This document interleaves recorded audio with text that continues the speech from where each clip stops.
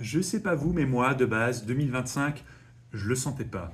L'année a à peine commencé que j'avais déjà oublié quelle année on était, d'avoir des bonnes résolutions et de faire un burn-out tellement j'étais fatigué. Heureusement qu'il y avait le 20 minutes pour me remonter le moral. J'y ai lu un truc de ouf. 2025, c'est une année mathématiquement unique. Mais oui, une année aussi rare qu'un Pokémon légendaire et pour laquelle Pythagore se serait exclamé Wesh. Ça me rend aussi enthousiaste qu'un non-voyant devant le télétexte. Parce que 2025, c'est un carré parfait. Ça veut dire qu'on peut faire 45 fois 45, ça fait 2025. N'hésitez pas à en parler, cette info pourrait plaire à tes collègues, ta famille ou à Dwayne Johnson parce que carré, c'est la forme de son corps.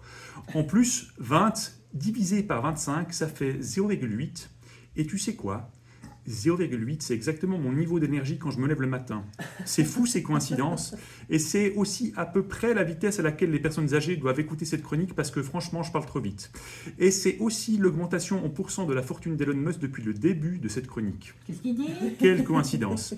Mais surtout, j'ai appris que 2025, accrochez-vous, c'est un nombre de Kepler-Car. Ça veut dire que si on additionne 20 plus 25, ça donne 45, qui est donc la racine carrée de 2025.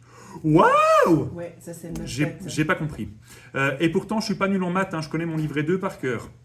Mais le peu que j'en ai tiré, que cette histoire de chiffres en 2025, ça veut dire un truc simple, fallait que j'écoute plus en maths à l'école.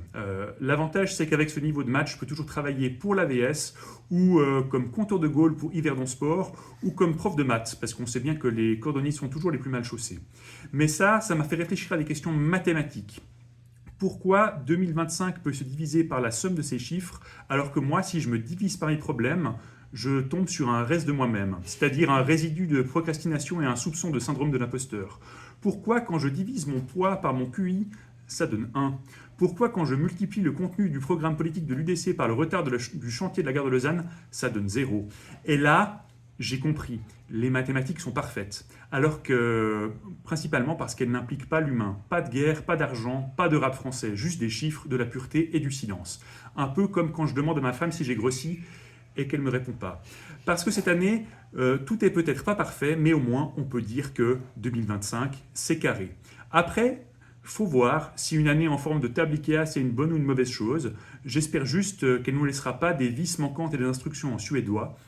On en parle à la prochaine chronique, si je trouve le mode d'emploi et si j'ai pas trop la flemme.